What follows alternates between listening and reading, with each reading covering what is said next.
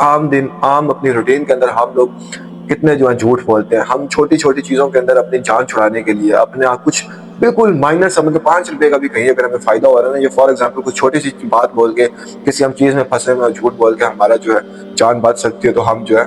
وہ جھوٹ بول دیتے ہیں. تو جھوٹ سب سے بڑی لعنت ہے, اور اللہ کے رسول سارے لوگ اس پہ لعنت کرتے ہیں. اور ایک اور مجھے حضور صلی اللہ علیہ وسلم کی حدیث یاد آ گئی ہے کہ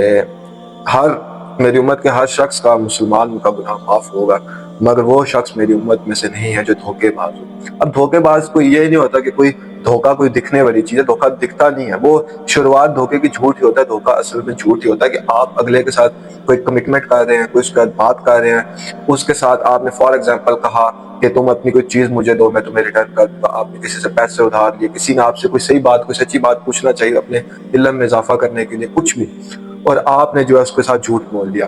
آپ نے اس کو غلط بات کرنے کا دیا, آپ اسے کچھ چیز لے کے گئے, کچھ پیسے لے کے گئے, کچھ چیز لے کے گئے, آپ نے اس میں جو ہے جھوٹ بول دیا, اس میں خیانت کر دیا, اپنے پرومس کو نہیں نبھایا. تو جھوٹ بیسیکلی بالکل بیسک لیول سے شروع ہوتا ہے, آہستہ آہستہ آہستہ آہستہ ہم